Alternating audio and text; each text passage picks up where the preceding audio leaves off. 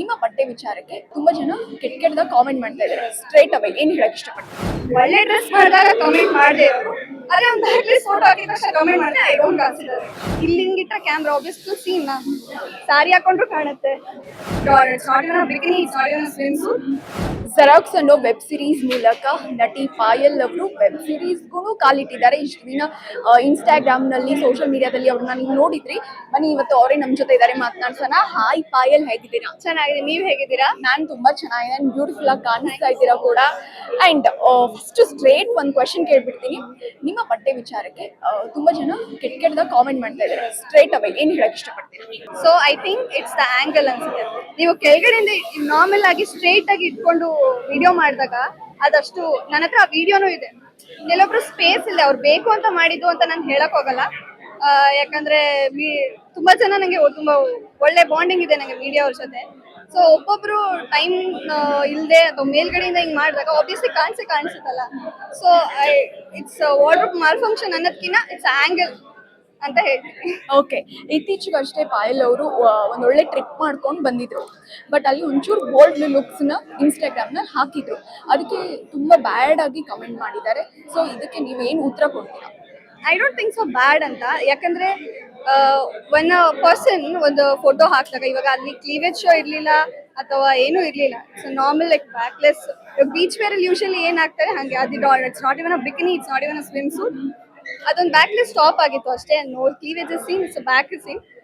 ನನಗೆ ನಗು ಏನ್ ಬರುತ್ತೆ ಅಂದ್ರೆ ಸಡನ್ ಆಗಿ ಆತರ ಏನಾದ್ರು ಒಂದು ಮಾಡ್ ಅಲ್ಲಿ ವೆಕೇಶನ್ಗೆ ಹೋದಾಗ ಒಂದು ಫೋಟೋ ಹಾಕಿರೋದ್ನ ಕಲ್ಚರು ಅದು ಇದು ಅಂತ ಮಾತಾಡೋರು ಅದೇ ಅಕೌಂಟ್ ಇಂದ ನೀವು ನೋಡಿ ಎಷ್ಟೊಂದು ಸ್ಯಾರಿ ಪಿಕ್ಚರ್ಸ್ ಹಾಕಿರ್ತೀನಿ, ಎಷ್ಟೊಂದು ಟ್ರೆಡಿಷನಲ್ ವೇರ್ ಹಾಕಿರ್ತೀನಿ. ನಾನು ಕೂರ್ಗಿ. ಸೊ ನಮ್ಮ ಟ್ರೆಡಿಷನ್, ನನ್ನ ಎಮೋಷನ್, ನನ್ನ ಫಸ್ಟ್ ಸಿನಿಮಾದಲ್ಲಿ ನಾನು ನಮ್ಮ ಸ್ಯಾರಿ ಬ್ರೇಕ್ ಮಾಡ್ಕೊಂಡ್ ಬಂದಿದೆ, ಕೂರ್ಗಿ ಸ್ಯಾರಿ. ಅದಕ್ಕೆ ಯಾರು ಒಳ್ಳೆ ಕಮೆಂಟ್ ಮಾಡ್ದಿರೋರು ಹೌ ಕಮ್ ಈ ತರ ಮಾಡರ್ನ್ ಡ್ರೆಸ್ ಹಾಕಿ ಕಮೆಂಟ್ ಮಾಡ್ತಾರೆ. So I think it's a fake account. ಎಲ್ಲೋ ಕಾಲ್ ಎಳಿಬೇಕು, ಏನೋ ಒಂದು ಕಮೆಂಟ್ ಮಾಡಬೇಕು ಅನ್ನೋದು ಉದ್ದೇಶದಿಂದ ಮಾಡಿರೋದು. nobody was really bothered ನಾನು ಏನ್ ಹಾಕಿದೀನಿ ಅಂತ. Just to pull me down ಆತರ ಕಮೆಂಟ್ ಮಾಡ್ತಾರೆ ಅಂತ ನಾನು ಜಾಸ್ತಿ ತಲೆ ಕೆಡಿಸ್ಕೊಳ್ಳಲ್ಲ. ಇಫ್ ಅಟ್ ಆಲ್ ಅವರು ಅದೇ ವಾಟ್ ಎವರ್ ಯಾರ್ಯಾರು ಕಮೆಂಟ್ ಮಾಡಿದ್ದಾರೆ ಆ ಅಕೌಂಟ್ ಇಂದ ನನಗೆ ಒಳ್ಳೆ ಕಮೆಂಟ್ ಸಾರಿ ಪಿಕ್ಚರ್ಸ್ಗೆ, ಟ್ರೆಡಿಷನಲ್ ಪಿಕ್ಚರ್ಸ್ಗೆ ಬರ್ದಿರೋರು ಇದಕ್ಕೆ ಸಡನ್ ಆಗಿ ಹೆಂಗೆ ಅವ್ರಿಗೆ ಕಮೆಂಟ್ ಮಾಡಬೇಕು ಅನ್ಸುತ್ತೆ. I take only valid comment ನಾನು ವ್ಯಾಲಿಡ್ ಆಗಿ ಕನ್ಸಿಡರ್ ಮಾಡ್ಬೇಕಂದ್ರೆ ಅವ್ರು ನನ್ನ ಸಾರಿ pictures ನೋಡಿರ್ತಾರಲ್ವಾ, traditional pictures ನೋಡಿರ್ತಾರಲ್ಲ.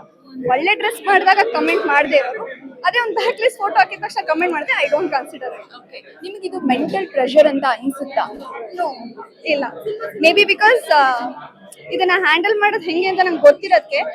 So it's okay. And red ಡ್ರೆಸ್ದು ಏನಾಯ್ತು, ತುಂಬಾ ಜನರದು ಒಂದು ಇಶ್ಯೂ ಆಗಿತ್ತು. ಇವಾಗ ಸಪ್ತಮಿ ಮ್ಯಾಮ್ದು ಏನೋ ಆಗಿತ್ತು.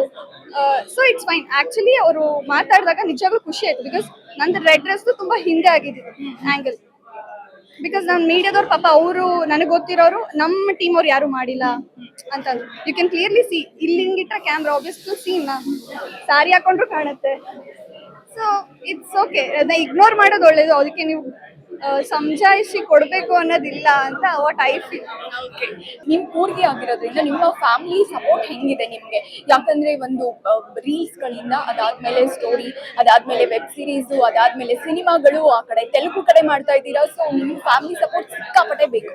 ಸೊ ಹಿಂಗೆ ಫ್ಯಾಮಿಲಿ ಸಪೋರ್ಟ್ ತುಂಬಾ ಇದೆ ಮ್ಯಾಮ್. ಮಮ್ಮಿ ಆಗಲಿ ಡ್ಯಾಡಿ ಆಗಲಿ ವೆರಿ ಸಪೋರ್ಟಿವ್.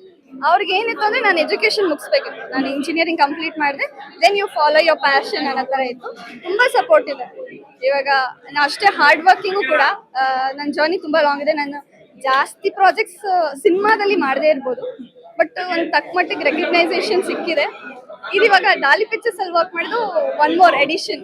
ಇವಾಗ ತೆಲುಗಲ್ಲಿ ಹಾಟ್ ಸ್ಟಾರಿಗೆ ವೆಬ್ ಸಿರೀಸ್ ಮಾಡಿದೆ. ಇವಾಗ ಡಾಲಿ ಪಿಕ್ಚರ್ಸ್ ಝೀ ಜೊತೆ ವೆಬ್ ಸಿರೀಸ್ ಮಾಡ್ತಾ ಇದ್ದೀನಿ. ಸೊ ಒಂದೊಂದು ನನ್ನ ಬೆಳವಣಿಗೆ ಒಂದು ಚಿಕ್ಕ ಚಿಕ್ಕ ಸ್ಟೆಪ್ ಅಂತ ಹೇಳಕ್ ಇಷ್ಟಪಡ್ತೀನಿ. And I am very happy. ನನಗೆ ಡಾಲಿ ಪಿಕ್ಚರ್ಸ್ ಆಗಲಿ ಝೀ ಜೊತೆ ವರ್ಕ್ ಮಾಡಕ್ ಚಾನ್ಸ್ ಸಿಕ್ಕಿತ್ತು. ಸೊ ಇದೊಂದು ನನ್ನ ಎಡಿಷನ್ ಅಂತ ಖುಷಿ ಆಗುತ್ತೆ. Yes, Xerox actually double acting ತರ ಕಾಣಿಸ್ತಾ ಇದೆ. ಸೊ ಹೆಂಗಿತ್ತು experience? It was really nice ma'am. ಯಾಕಂದ್ರೆ ಇದರಲ್ಲಿ ನಂಗೆ ಫಸ್ಟ್ ಟೈಮ್ ಸ್ವಲ್ಪ ಗ್ರೇ ಶೇಡ್. ನಾನು ಯೂಶಲಿ ಹೋಮ್ಲಿ ಕ್ಯಾರೆಕ್ಟರ್ ಮಾಡ್ತಾ ಇದ್ದಿದ್ದು.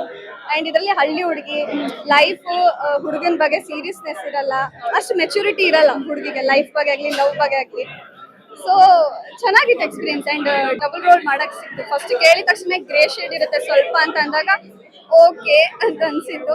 ಬಟ್ ಪ್ರಕಾಶನ್ ತರನು ನಾನು ಮಾಡ್ತೀನಿ. ಸೂಜಿ ಡೂಪು ನನಗೆ ಆಕ್ಟಿಂಗ್ ಸ್ಪೇಸ್ಗೆ ಇವಾಗ ಪ್ರಕಾಶ್ ಒಂದು ಹುಡುಗ ಹೆಂಗ್ ರಿಯಾಕ್ಟ್ ಮಾಡ್ತಾನೆ ಆ ತರ ಮಾಡಕ್ ಅವಕಾಶ ಸಿಕ್ತು.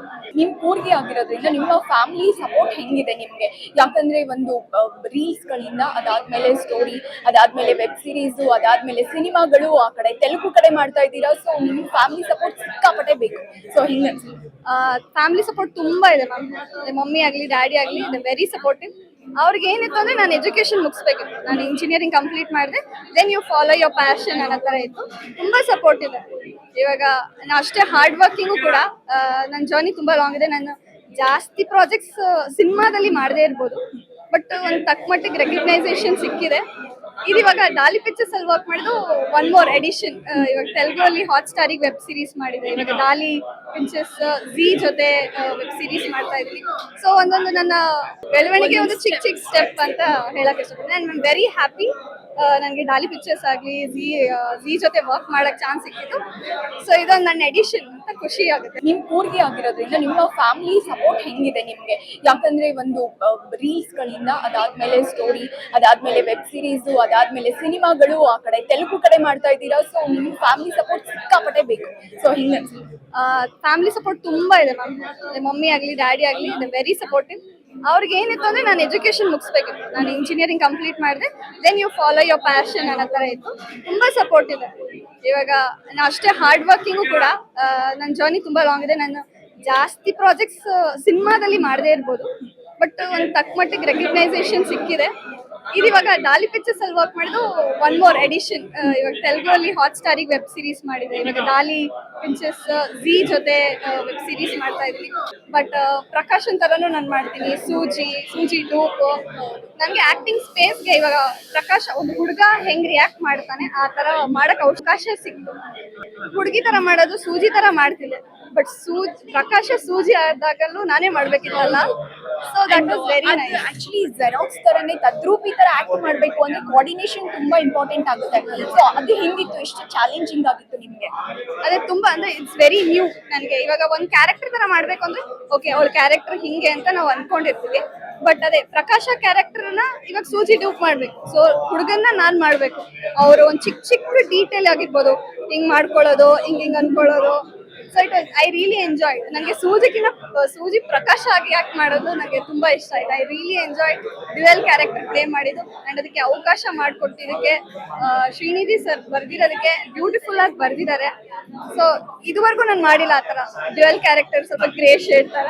ತುಂಬಾ ಎಂಜಾಯ್ ಮಾಡಿದೆ. ಓಕೆ, ಇದು ಎಲ್ಲ ಟೊಮ್ಯಾಟೊ ಮುಂಡೆ ಏನ್ ಕ್ಯಾರೆಕ್ಟರ್ ಇತ್ತೋ ಅದನ್ನೆಲ್ಲ ಇದು ವಾಶ್ ಔಟ್ ಮಾಡ್ಬಿಡತ್ತ ಅಂತ ಈ ಕ್ಯಾರೆಕ್ಟರ್? ಎಸ್ ಐ ಥಿಂಕ್ ಅದೇ ಎಲ್ಲ ಹೋಮ್ಲಿ ಗರ್ಲ್ ಮಾಡ್ತಾ ಬಂದಿದ್ದು. ಸೊ ಇದು ಕಂಪ್ಲೀಟ್ ಡಿಫ್ರೆಂಟ್ ಕ್ಯಾರೆಕ್ಟರ್ ಅಲ್ಲ. So I am very happy. All the best Payal. ಒಳ್ಳೇದಾಗ್ಲಿ. Thank you. ನೋಡಿದ್ರಲ್ಲ, ಇದಾಗಿದ್ದು ಪಾಯಲ್ ಅವರ ಜೊತೆಗೆ ನಮ್ಮ ಮಾತುಕತೆ. ನಿಮ್ಗೆ ಇಷ್ಟ ಆಯ್ತು ಅನ್ಕೋತೀನಿ. Vijaya Karnataka digital Instagram, Facebook ನೋಡೋದನ್ನ ಮರಿಬೇಡಿ.